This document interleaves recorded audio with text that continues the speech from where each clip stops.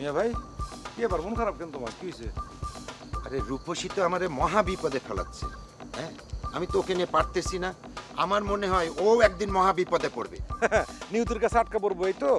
তা আমি তো দেখতেছি মিয়া ভাই তুমি নিয়তির কাছে ধরা খেয়ে গেলা। ওরে ভাই, আমার প্রতি এত নিষ্ঠুর আচরণ করিস না, তবে দেখবি তুইও কিন্তু নিয়তির ফান্দে পড়বি। দেখো মিয়া ভাই বেশি ক্যাকা করো না, যদি করো তাহলে দেখবা আরো অনেক কঠিন দায়িত্ব তোমার কাঁধে পড়বো। কি বলিস? আরো কঠিন দায়িত্ব আছে? তা আছে না তো কি। শোন কহর, মনে রাখিস এই অন্যায় কিন্তু বেশি দিন চলতে পারে না। এর কিন্তু কঠোর প্রতিবাদ আসবে। ইয়াস, আমিও তো এটার প্রতিবাদ চাই। আচ্ছা, তোর মনের আসল উদ্দেশ্য কি বলতো? উদ্দেশ্য যদি বইলেই দেই মনের উদ্দেশ্য, তাহলে আর মনে রেখা লাভ কি?